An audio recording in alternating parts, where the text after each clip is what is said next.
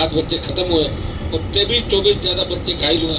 उनका पाप भजनलाल को लगेगा और उनका पाप ऐसा लगेगा कि भजनलाल वापस वही काम करेगा जो एमएलए बनने से पहले पार्टी कार्यालय में करता था। क्योंकि बच्चों कि लोग टाइम पास कर रहे हैं कि अब की सरकार आएगी तो हम ये कर देंगे, और सरकार आने के बाद वो कहते हैं कि मेरी सेक्रेटरी नहीं मानता, मेरी कलेक्टर नहीं मानता, मेरी सीएम नहीं मानता, और सरकार जब चली जाती है तो वो ये कहते हैं कि हमारी सरकार नहीं, अब की बार सरकार आने दो। राजस्थान में किसकी सरकार रही 70 साल में, बताओ मुझे? कांग्रेस भाजपा। तो 70 साल में कहाँ पहुंच गए आप लोग? नीचे चले गए 70 साल के अंदर। पाता और ये दुर्भाग्य राजस्थान का कि भारतीय जनता पार्टी को अगर सीएम बनाना था तो कोई ढंग का चेहरा बनाते। दिल्ली वालों ने अपनी कठपुतली जो उनके इशारों पर नाचती है, ऐसे व्यक्ति से पर्ची का मुख्यमंत्री बना के इस राजस्थान का अपमान किया है, और राजस्थान के अपमान का बदला राजस्थान का जवान और किसान मिलकर लेगा। धरने की गूंज दिल्ली की पार्लियामेंट तक सुनाई दे रहा है, और दिल्ली के अंदर बड़े मंत्री और सांसद बात करते हैं कि जो बड़ा आंदोलन राजस्थान में चल रहा है वो आंदोलन किस चीज का है, जवानों के लिए आप आंदोलन कर रहे हैं, कौन से मुद्दे हैं, इसकी गूंज हिंदुस्तान की सबसे बड़ी पंचायत के अंदर भी सुनाई दी। 2 बार ऑल पार्टी मीटिंग को लोकसभा के अंदर इस मामले को उठाया, और मैं फिर प्रयास करूंगा।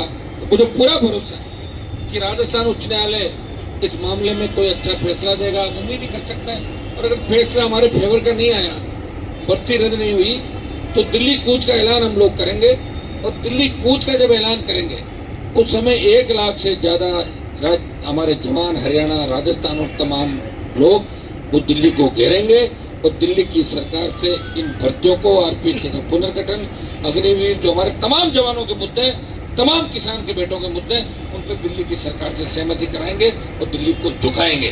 जिस तरह बार बार हमने राजस्थान की सरकार को समय समय पर झुकाया, दुर्भाग्य से भारतीय जनता पार्टी का राजस्थान का नेतृत्व ऐसे हाथों में चला गया जो नौसिखी हैं, जिन्होंने कभी जीवन के अंदर नहीं सोचा कि वो पहली बार एमएलए, पहली बार मुख्यमंत्री बन जाएंगे। शर्म आती है कि ऐसे लोग राजस्थान के मुख्यमंत्री हैं। लोग हमें कहते हैं कि आपके मुख्यमंत्री को ऐसे ही किसी को बना दिया। आधे लोगों को तो नाम ही पता नहीं, आधे कुछ और बोलते हैं, आधे कुछ और बोलते हैं, और शर्म हमें आती है। और ये दुर्भाग्य राजस्थान का कि भारतीय जनता पार्टी को अगर सीएम बनाना था तो कोई ढंग का चेहरा बनाते। दिल्ली वालों ने अपनी कठपुतली जो उनके इशारों पर नाचती है, ऐसे व्यक्ति से पर्ची का मुख्यमंत्री बना के इस राजस्थान का अपमान किया है, और राजस्थान के अपमान का बदला राजस्थान का जवान और किसान मिलकर लेगा। भाइयों, अब वो समय आ गया, आपको ऐसे दौर से गुजरना पड़ेगा कि कांग्रेस, भारतीय जनता पार्टी दोनों एक हो गई है, दोनों ने हाथ मिला लिया।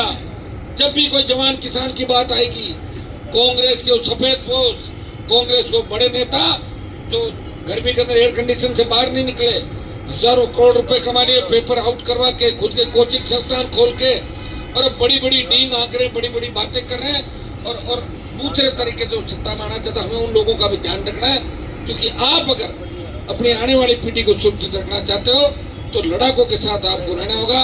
और राजस्थान में नहीं, देश में लड़ाके कम बचे हैं। आप देखोगे ना हर स्टेट की स्थिति, आपको दिखेगा कि लोग टाइम पास कर रहे हैं कि अब की सरकार आएगी तो हम ये कर देंगे, और सरकार आने के बाद वो कहते हैं कि मेरी सेक्रेटरी नहीं मानता, मेरी कलेक्टर नहीं मानता, मेरी सीएम नहीं मानता, और सरकार जब चली जाती है तो वो ये कहते हैं कि हमारी सरकार नहीं, अब की बार सरकार आने दो।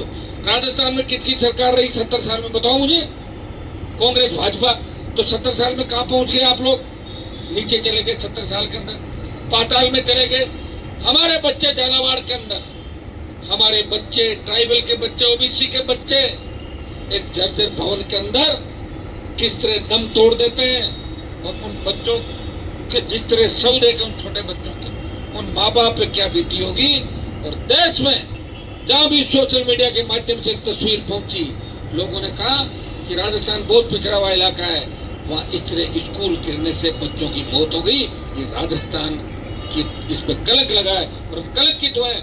इसके लिए दोषी कौन है? इस राजस्थान की सरकार दोषी है, कांग्रेस बीजेपी की दोनों सरकार दोषी है, लेकिन कलेक्टर, एसडीएम, दूसरों को कोई कार्रवाई नहीं। और दुर्भाग्य इस बात का है कि भजनलाल वहां गए भी नहीं, और 7 और जो 30 इंजर्ड हुए सारे लोग, 7 बच्चे हमारे घायल हुए, 7 बच्चे खत्म हुए, उत्ते भी 24 ज्यादा बच्चे घायल हुए, उनका पाप भजनलाल को लगेगा और उनका पाप ऐसा लगेगा कि भजनलाल वापस वही काम करेगा जो एमएलए बनने से पहले पार्टी कार्यालय में करता था। क्योंकि बच्चों का जो मामला है बहुत गंभीर मामला है।